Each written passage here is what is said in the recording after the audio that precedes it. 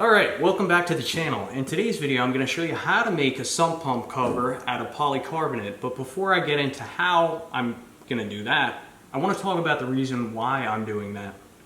So I live in an area that has high radon levels. What is radon? Well, there are some naturally decaying radioactive materials deep down in the ground, and what happens as those materials decompose, it creates a gas, radioactive gas known as radon, and that radon kind of seeps up and pushes up through the soil, and then what happens, it hits your basement slab, and then it'll find little cracks and pores in your concrete slab, and it could create an issue of radon gas buildup in your basement. Now, if you have high radon levels in your basement, the first thing you really should do is hire a radon professional. I'm not a radon professional, but I have a pretty good understanding of radon.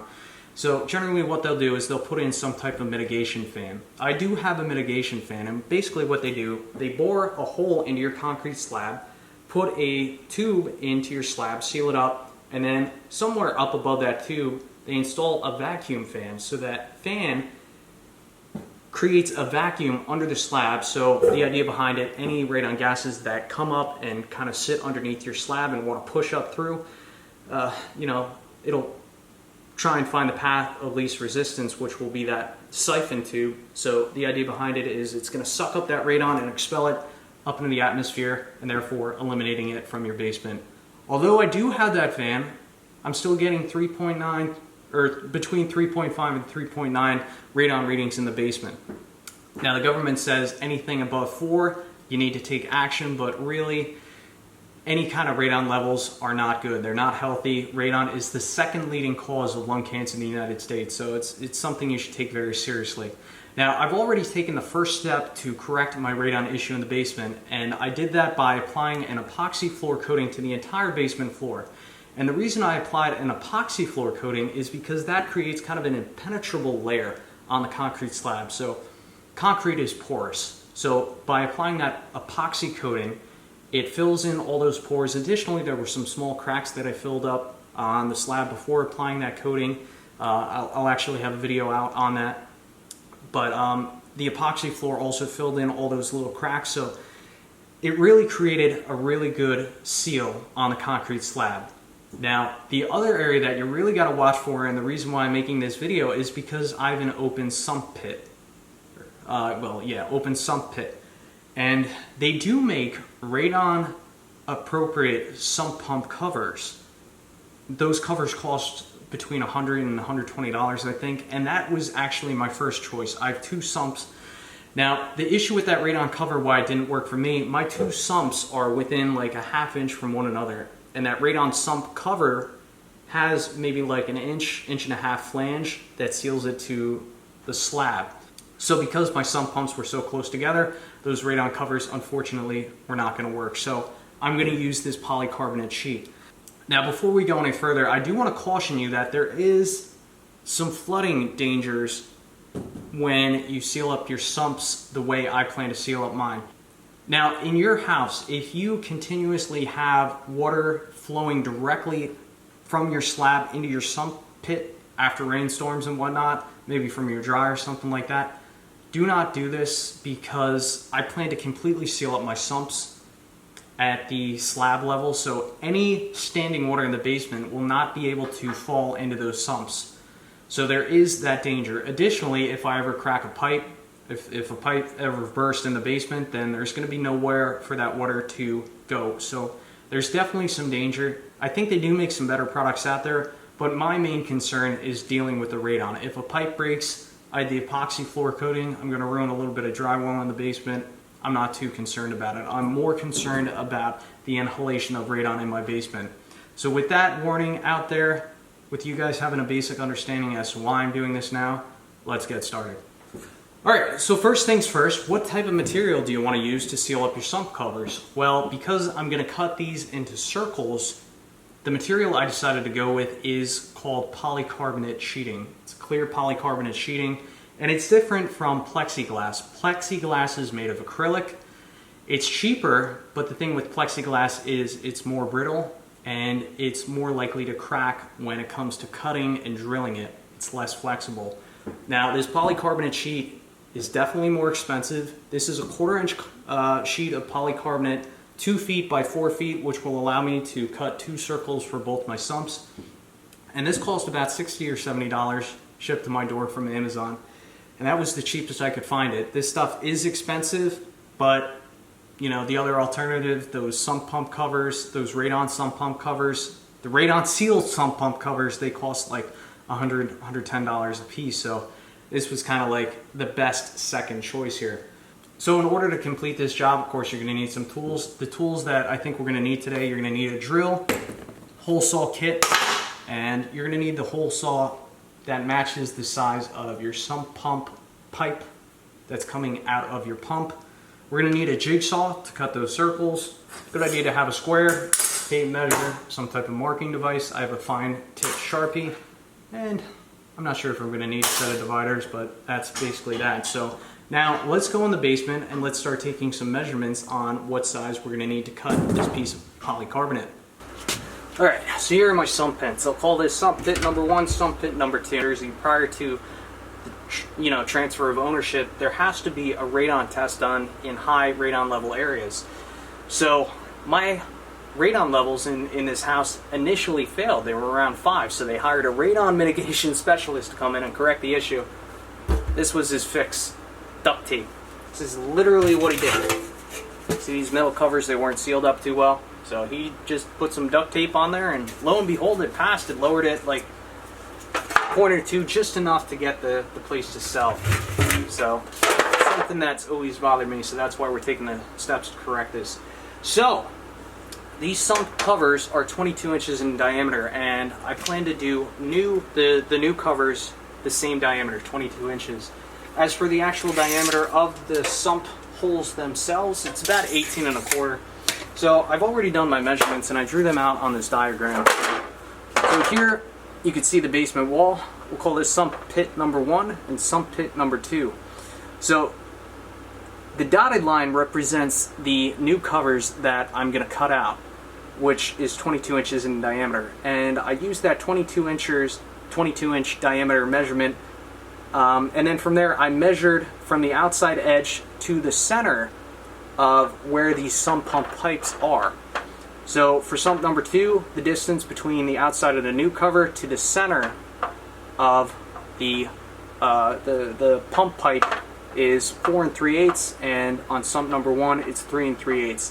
And I also measured the outside diameter of this pipe. It's 2-inch pipe, so the outside diameter is approximately 2 3/8 inches, which I just measured. So what I need to do now is I need to go back upstairs, cut 2 perfect circles, 22 inches in diameter. I got to measure in the appropriate distance, mark a hole, and then from there we'll take our hole saw and drill a 2 3/8 inch hole, and we'll cut straight sections out the back so we can slide this in. We'll bring it back down and we'll seal it up. The challenge of trying to make a perfect circle. So the 2 circles we're trying to make are 22 inches in diameter. So how do you make a perfect 22 inch diameter circle? Well, you need to find the radius, which the radius is half the diameter. Now, half of 22 is 11. So what I've done, I've taken a nail, tied a piece of string to it, and then tied that string to a Sharpie. And this measures exactly 11 inches. So what I need to do now is find an approximate center point, and then from there I'll hold the nail down with one hand, the other hand I'll take that Sharpie on a string, and just make a perfect circle. We'll do that 2 times.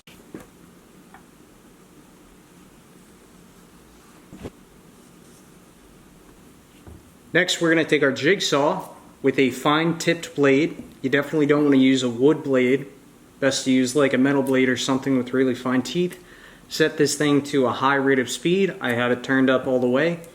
And we're just going to trace the outside of our mark.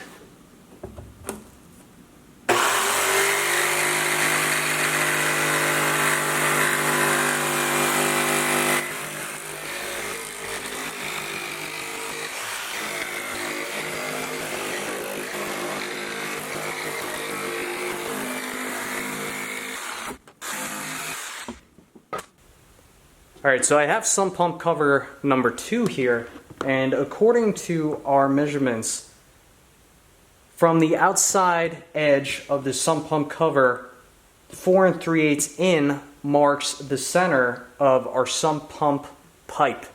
So I have that marked right here. I found a hole saw that is approximately 2 3/8 in outside diameter. So let's drill out this hole here.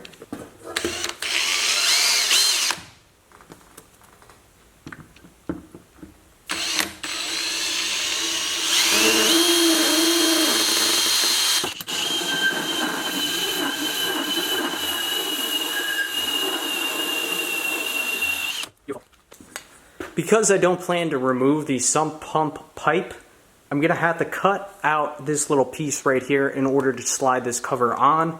So I'll just glue that little piece back on at the end. So what I'm kind of doing is I'm roughly finding the center of this hole, and I'm going off the center mark of the cover, and I'm going to draw a line. Just kind of roughly mark where the center is. And then from there, I can measure the width of this hole. This is about 2.5. So that would mean from this line over, it would be 1 1/4 in either direction.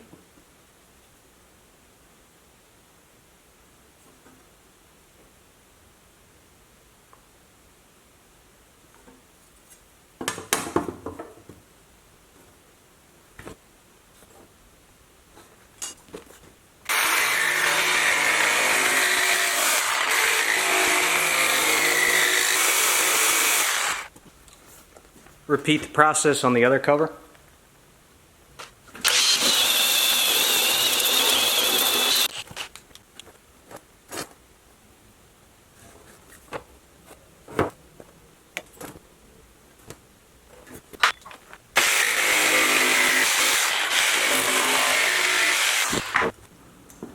Now that we have our opening cut out, I'm going to remove the protective film so we can take these downstairs and start doing a proper test fit.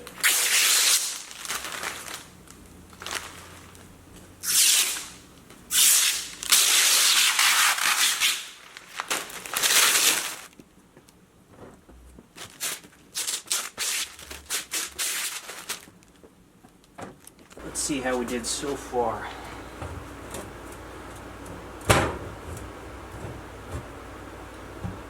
Looks pretty good so far.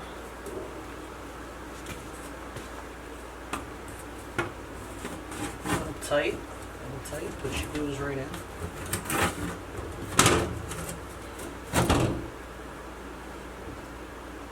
I'm gonna say, I'm liking that. Looks pretty darn good.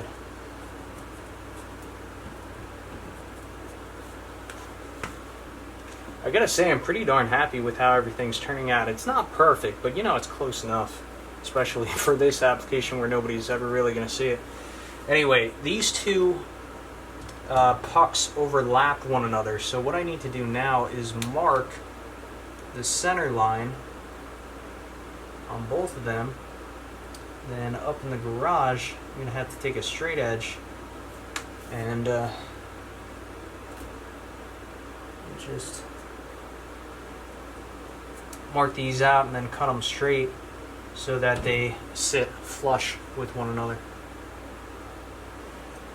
One other thing before I head back upstairs to make my final cuts. I have my GE dehumidifier on the left, which I love this thing, and I have a garden hose hooked up to it. And what happens is, as opposed to filling up this bucket right here, any fluid that is extracted, or any water that's extracted from the air down here, is pushed through this garden hose. And what I'd like to do is continue to drain it in the sumps.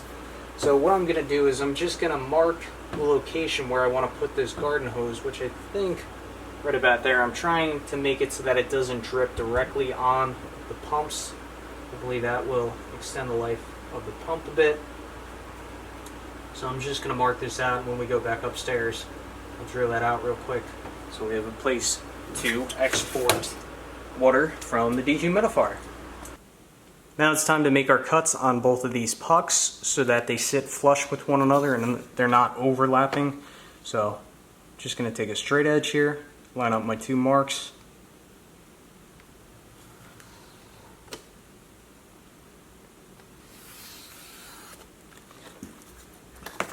cut that panel out and do the other one.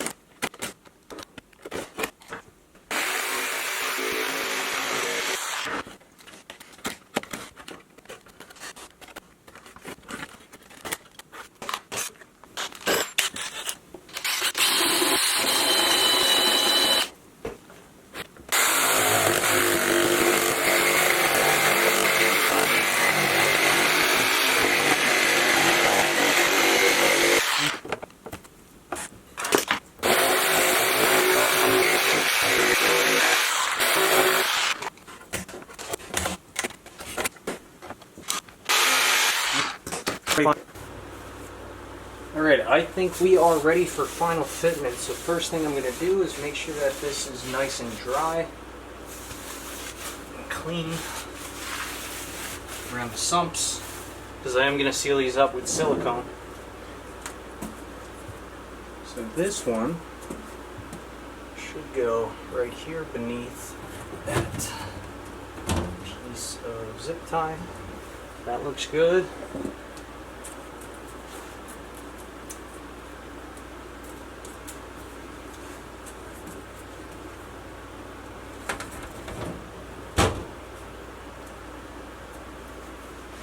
It's about as close as I'm gonna get it.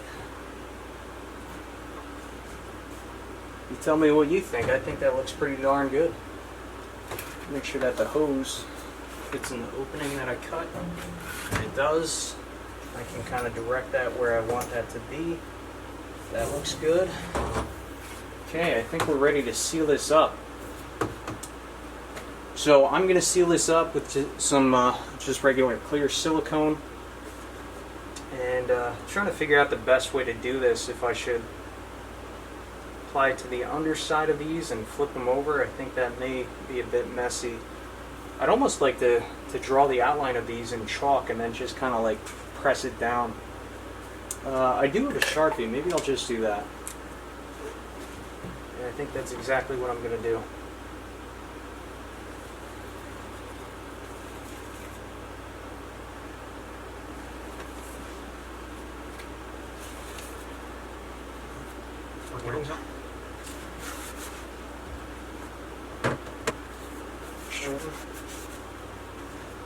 And what I'm going to do now is I'm just going to lay down probably a 1/4 inch bead of silicone and take the panel and kind of put it back over where it was. No real tricks here.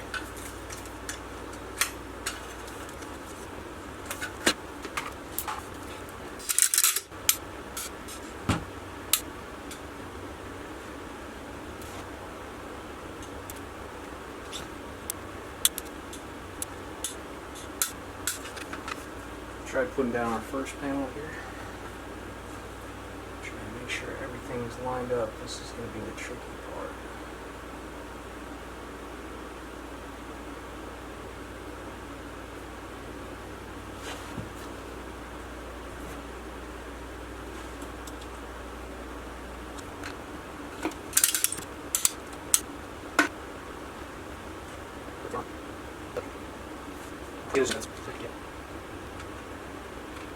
No.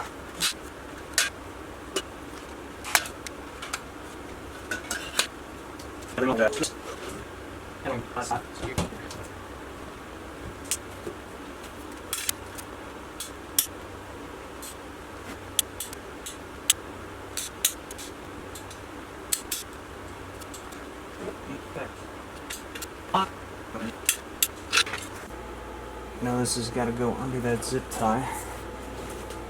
It's going to make it a little tricky. Okay. Make sure it's snug up against the other panel. We'll start there.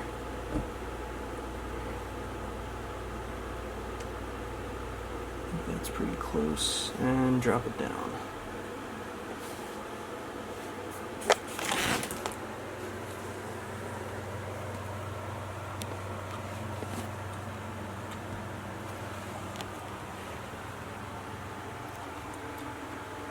It's like basically making a gasket.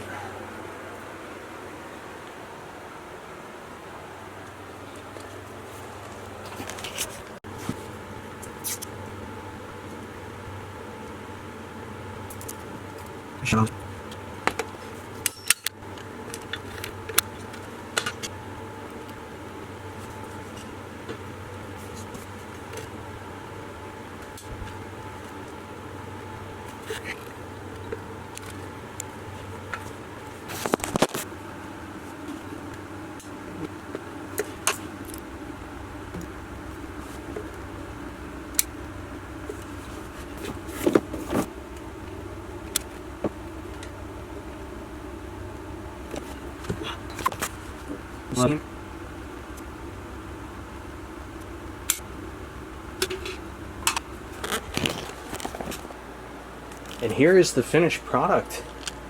I'm pretty darn happy with that. The silicone really acted like a gasket, like you'd see on an oil pan. Everything is sealed up. I went a little heavy in some areas, but for an application like this, I feel like it's better to go heavy than to not. So God forbid if there's ever a major water leak in the basement, of course I could always just take a screwdriver and lift up one end. It's going to take some force to get all this silicone off, and it's going to be a pain in the butt to reseal this when it does come time to test these sump pumps. By the way, that is a good tip. It's a good idea to test these before you seal up your sumps, which you can just lift up the floats on both of them just to make sure that they are turning on. But really the proper way to test them is to fill up these holes with water, so you know that's up to you. But yeah, I'd call that a good job. Pretty darn happy with the results. Any questions or comments, let me know in the comments section down below. That's it for today's video. Thanks for watching.